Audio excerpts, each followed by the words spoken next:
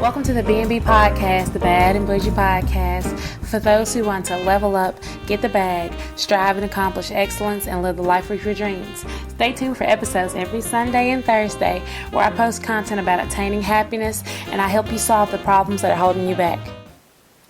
Hello. I hope everyone is having a good holiday season.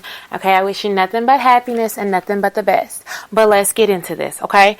The art of the ninja. So, when we talk about the art of the ninja, the number one thing that ninjas do is they move in silence. They work in the shadows. They work where others can't see them. That's the whole point, right? If you think about like an army, this is like 20, 30, 40, 50,000, I don't know, people, and they come marching, right? They come marching in like squares or in a line or whatever, however people march. I'm not a soldier, but they come in as a front, a unified front, but a front nonetheless.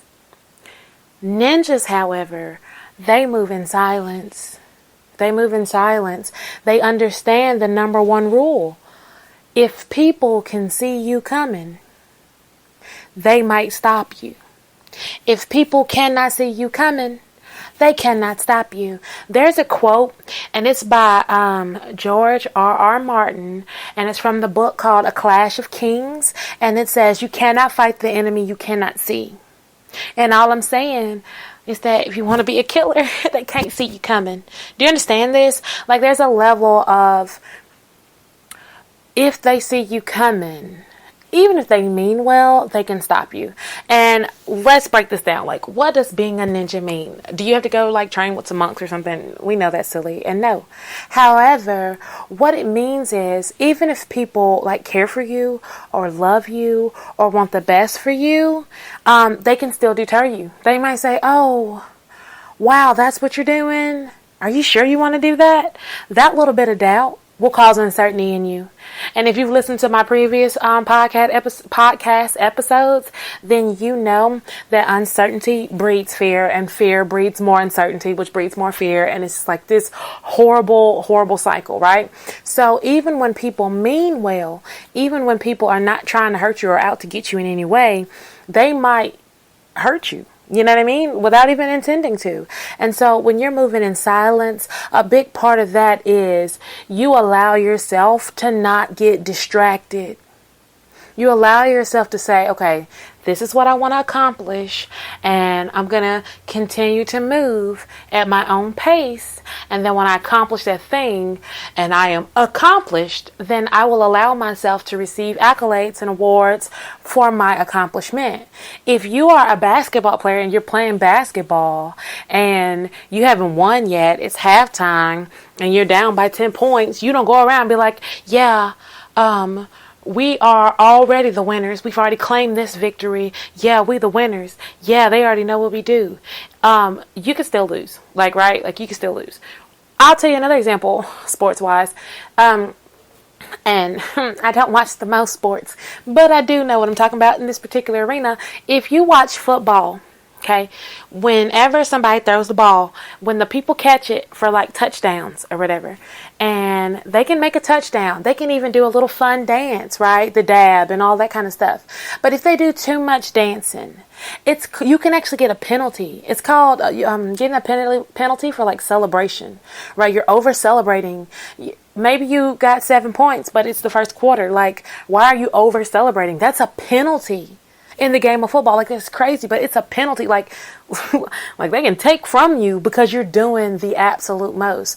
But when you move like a ninja, when you move in silence, and you understand what that means for you, you are putting yourself in the position to, not only not tell people, because that's obvious, right?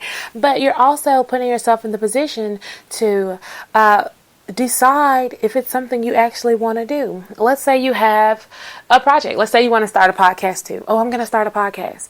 And you go and tell all your family and all your friends. What's the first thing they're going to say? Oh, what's your podcast going to be about? Oh, what are you going to talk about? Oh, you're going to be dealing with that? Oh, that's going to be really hard to talk about. I know some people don't want to hear that kind of stuff. Nobody cares. We're not even talking to those people anyway. We're only really talking to the people who are seeking the knowledge anyway.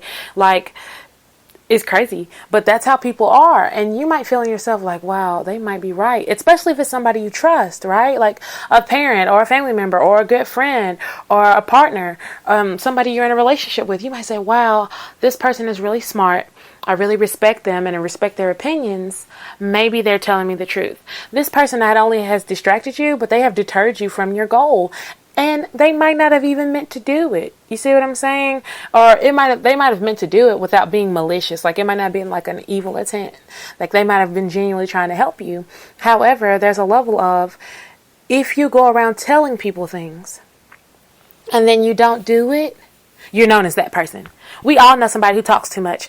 Oh, I'm finna go be a rocket scientist. Oh, I'm finna start my own business and I'm gonna write my book and I'm finna have this and this and this and this and this and I'm gonna do that and that.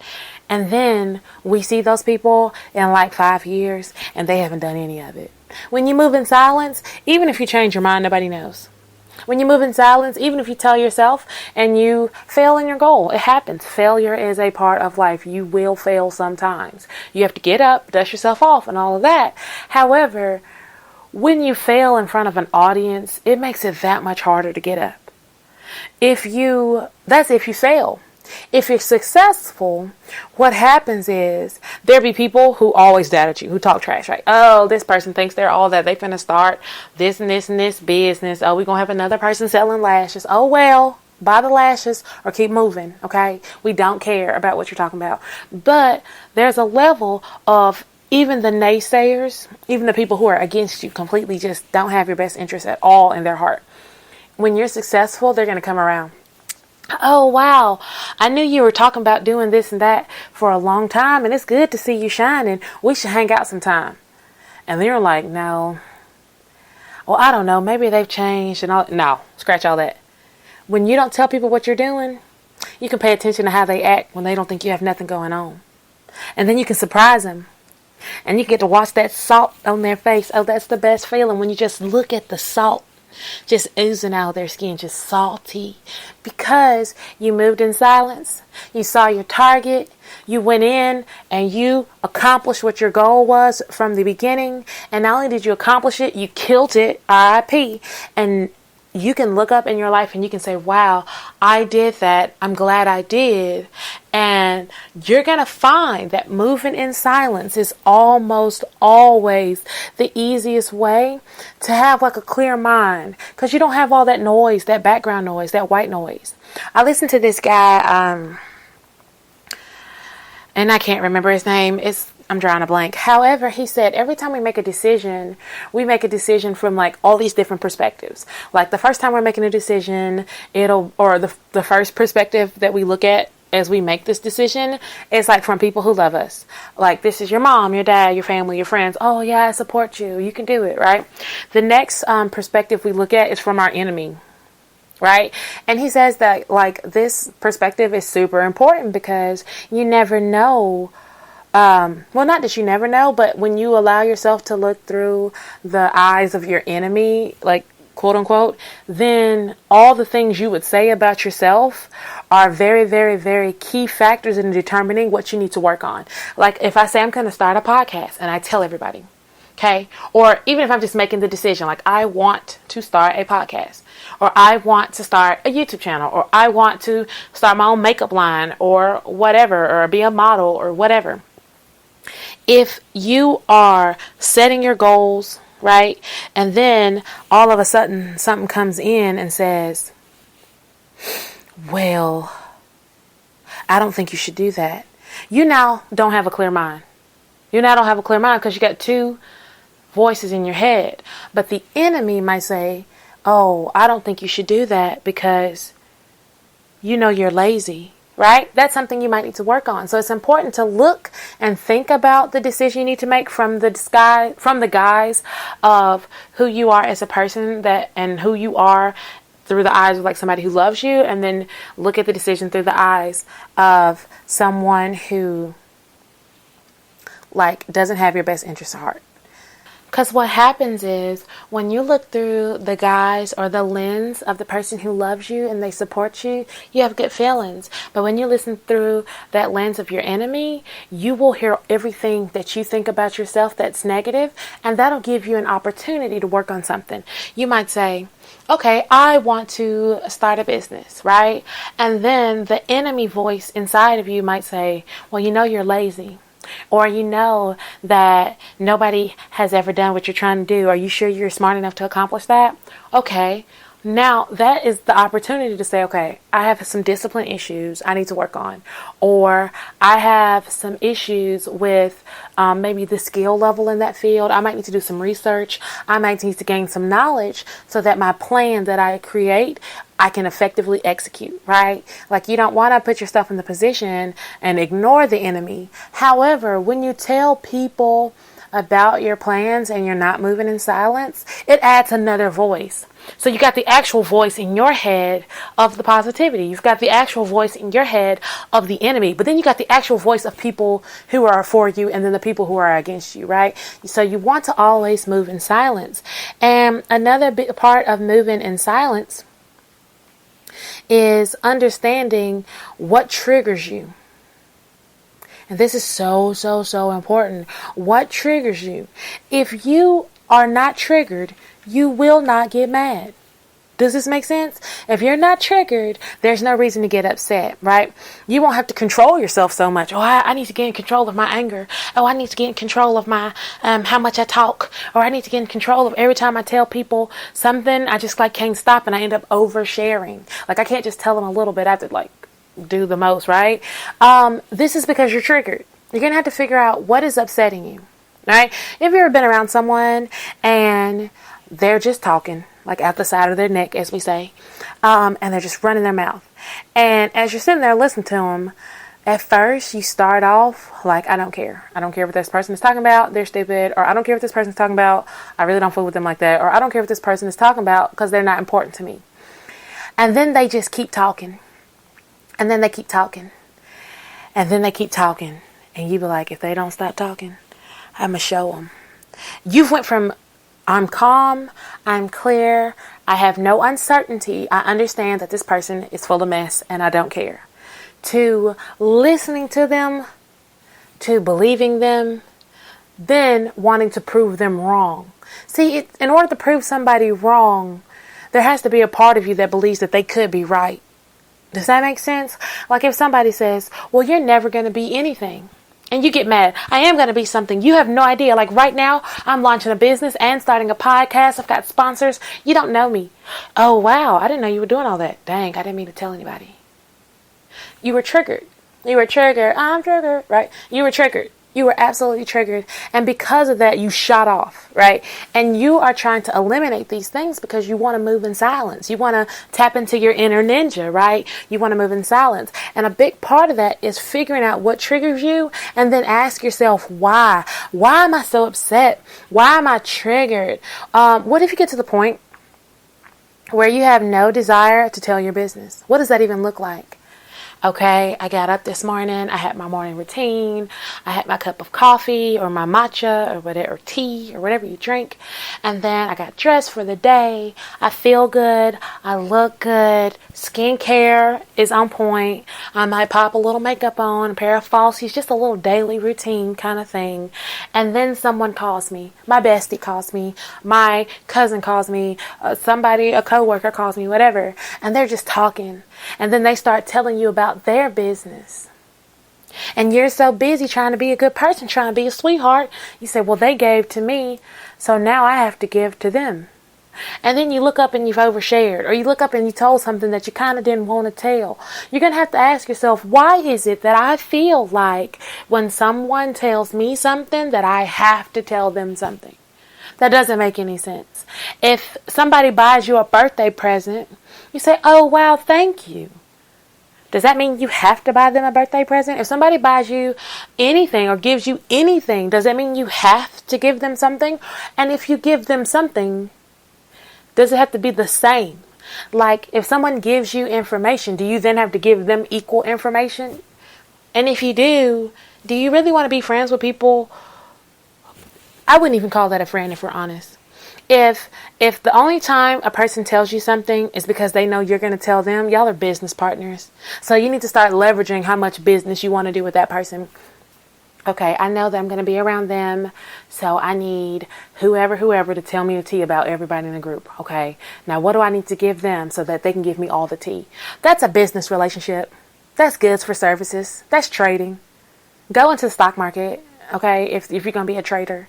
Like, why do you need and why do you feel the desire to tell people your business? Because moving in silence requires the exact opposite of that. Moving in silence, making decisions to grow on your own, taking the time to sit alone and think about things and really be in tune and aligned with what you actually want.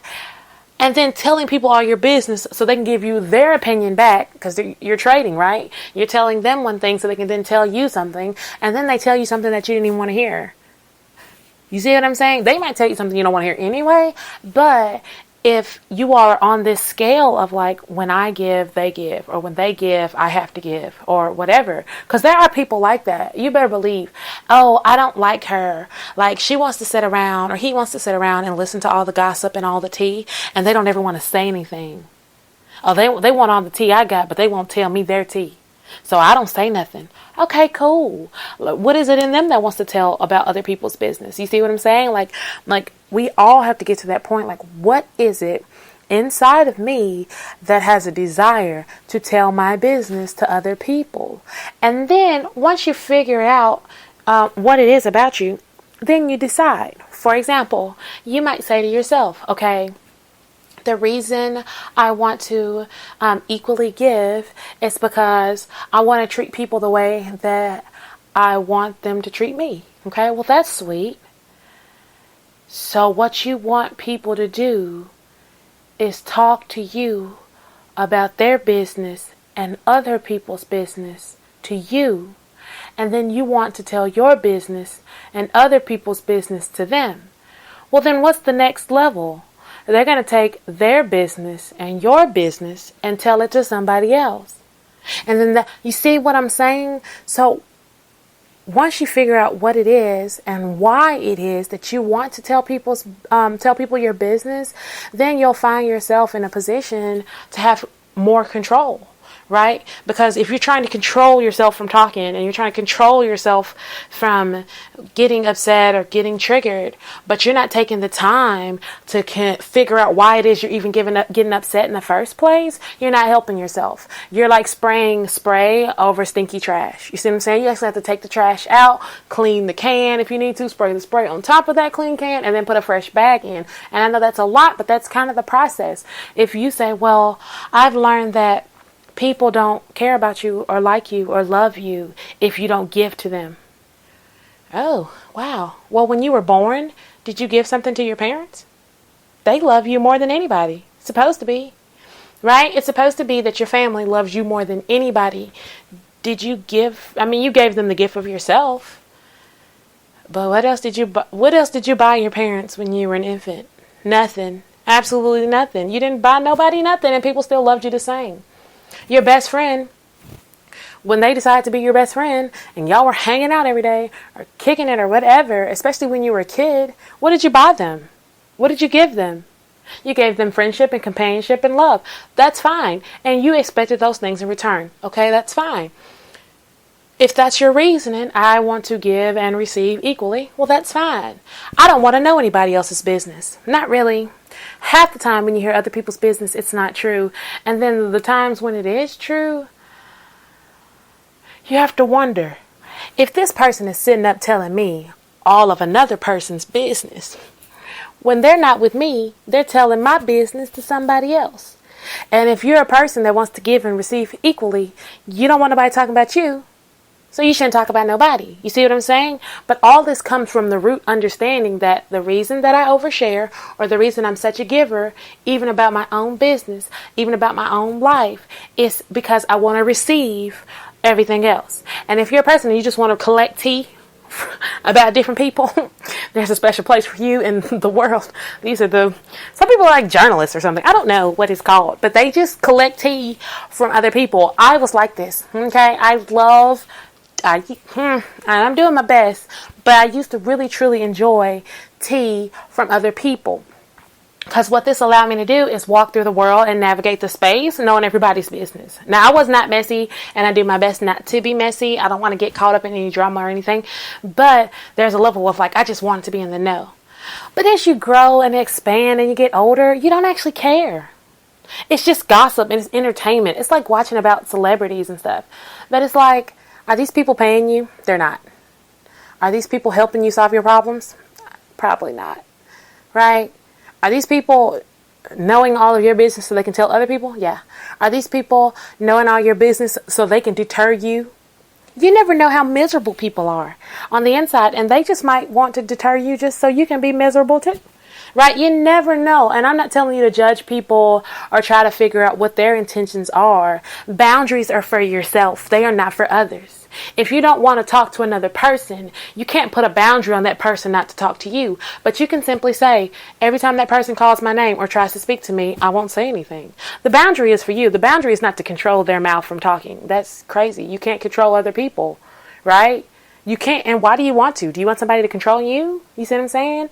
So at the end of the day, there's a level of, why do you have this desire in the first place? When you take that, break it down, analyze it, you'll put yourself in a position to not be triggered. When you're not triggered, it'll help you accomplish the goal of moving in silence. All right. So we're down to the part where we always talk about things that can help. Good movies, good books, good TV shows. I do not believe in bringing up the problem without bringing up solutions. Always, always, always, it's okay to do intentional journaling and exercise and meditation, prayer, eating right, Googling things, doing your own research. All right. Good movies and books and songs. Good movies and books and songs. You could look into Accelerating Excellence by James King. You could look into The Mental Game by Jared Tendler. And these aren't sponsored. These are just good books that I enjoy. You could look into movies, as far as movies about moving in silence. Never be afraid to watch ninja movies. I know that's kind of random, but if you want to move like a ninja, you should look at ninjas. Also, don't be afraid to read autobiographies or watch movies about people's lives and see how they have moved. And if they have already accomplished success, see when they moved in silence and it paid off, and then see when they didn't and what it did for them. Because sometimes, people can take something bad and blow it up and it becomes good, right? If you think about celebrities or people who are in the media, how they use bad publicity, what they say, like all publicity is good publicity, no matter if it's good or bad or whatever. They might use those things to help them in publicity, but is it really helping their brand? Is it really helping them as a person? Is it really helping them make the world better, or whatever their actual goal is, right?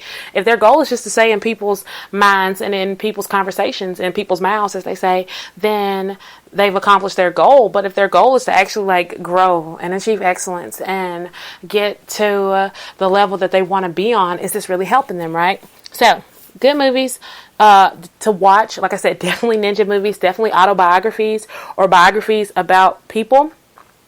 Another good movie to watch about moving in silence. Find you, or this is not a specific movie, more like a genre. Find you some good movies on people who bury treasure. I know that's kind of random, but think about it. There are people, one of my favorite buried treasure movies, I guess I have to give one, is The Count of Monte Cristo. It's by Alexandre Dumas.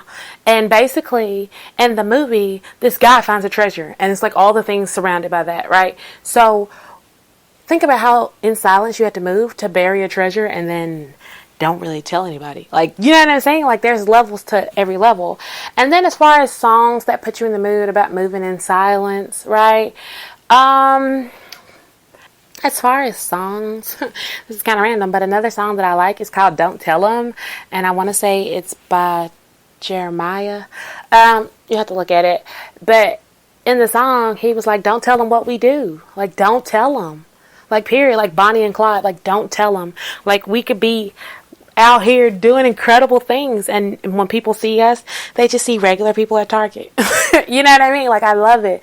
That's actually a whole group. When you start talking about the financial aspect, there's a whole group of people. So there's definitely like old money, and then there's definitely like new money. However, when it comes down to the types of wealthy people, there's definitely a category of people called the Secret Millionaires. These people are walking around the world like, I mean, people know who Mark Zuckerberg is or whatever because he's like Facebook.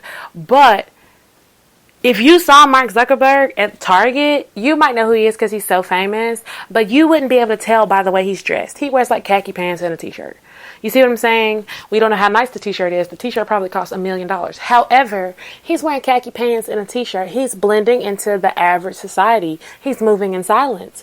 He might be about to launch a new platform. He might be about to launch or whatever, some new business idea, some new program. He might be about to buy some company that you love. I don't know. And I'm not saying this is true. I don't know him. However, what I'm saying is he's moving in silence. He's not being flashy. He's not telling everybody his business. Maybe his trusted board of directors or whoever, if you know they're making their decisions, but outside of that, like, nobody knows. And there's a whole sector of people who are wealthy. I'm not talking about a little wealthy. I'm talking about millions and millions and billions of dollars, and they are in Target and Walmart, and they're just walking around in flip-flops and like sweats, like, for real. Like, you have to understand that there is a large population of people moving in silence. And you'll never know, because guess what? They're moving in silence. So do you want to be the flashy person? Do you want to be like what they call nouveau riche or new rich? You know what I mean? This is the person, and this, I'm not making fun of these people, okay? All the big chains and everything. There was a guy, and I don't know this man, but I think he won the lottery, if I'm not mistaken. And he took all his money from that lottery, and maybe it's $30,000, $40,000, and he bought a chain. And then he went to the gas station with people who didn't have chains, and somebody stole his chain. You see what I'm saying? All because he's flashing his money around in public. If he had taken that 30, 40K or whatever he had and bought some investment property, or taken the 30, 40K that he had and maybe fixed up his own current living situation, or paid off his bills, or started a business, or put some things behind and aside for his children or his legacy or whatever, fine. Nobody would know. And nobody would be in the position to just snatch it from him. However, he took all of the money that he had and he bought a chain, like a necklace with diamonds and whatever, and somebody stole it. So not only did he have money, it's gone. What's the saying? A fool and his money will soon part. Like, when you move in silence, you're being strategic. You're being logical. Okay? You're using your intelligence to make decisions about your future. When you just tell everybody and you're flashy, what you say to people is, not only do I have money, but I want you to know how much money I have. Exactly. And lastly, you're going to have to understand that for everything, there's a trap. There are people that you might think are rich. And I have this, I've seen this multiple times, and I definitely have experienced this, where, like, from a women's perspective, they'll buy the Gucci bags and the Louis bags and the Bottega Veneta, and they'll have all of the brands on, right? And I just feel like, well, I was always raised, if you buy a $5,000 purse and you don't have $5,000 in your purse, you failed. You see what I'm saying? If you're wearing a $1,000 jacket and you finna go bankrupt, or you have a $1,000 jacket on, or $5,000 shoe, Birkenbacks were like 30 grand. So if you have this $30,000 purse on and they finna refinance your house, like, you're not winning. You want people to think you're winning, but you're not actually winning. You're perpetrating. You're a fake, right? And so when you get caught up in the people who want you to know that they're balling, or that they made it, or that they're rich, or whatever words they use to define themselves, those people, you have to be very careful, because this is getting into the relationship aspect. I've known people, to women, who will date a guy, and they'll say, oh wow, he's such a nice guy. He drives a Mercedes, or he drives a Range Rover, or he drives a Rolls Royce, and he's got all this kind of money, and he's got a mansion, and he flies private, and he want to date me. Okay, sis, he's got all those things, but does he give you those things? See, you got caught up in the idea of what he's telling you. Sometimes people tell people things just to trick them. And I'm going to give this example, and it's so sad, but people do this. Have you ever heard or known, or you, be a person, because sometimes it's you, sometimes it's us. You know, we have to check ourselves first, the mirror.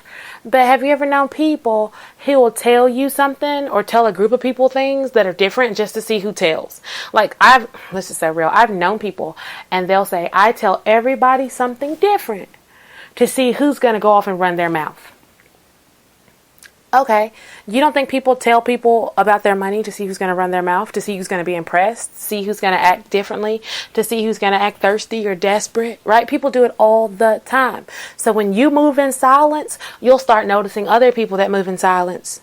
When you don't go around oversharing, you start noticing all the people who do.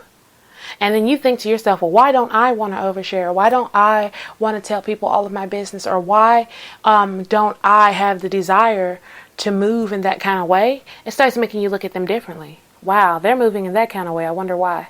Right? Whether you know or not, you can't actually know, but there is a level, and people use this all the time. We all know the girl that's got the Chanel bag that lives in an apartment and doesn't have any money like that. We all know the girl that has the Chanel bag, but she got $20 shoes on.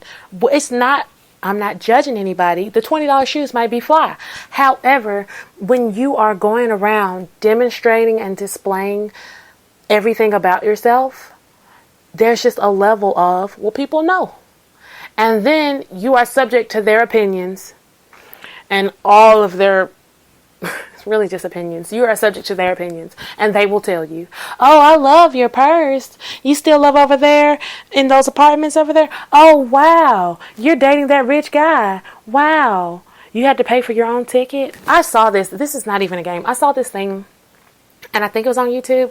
It's been a long time ago.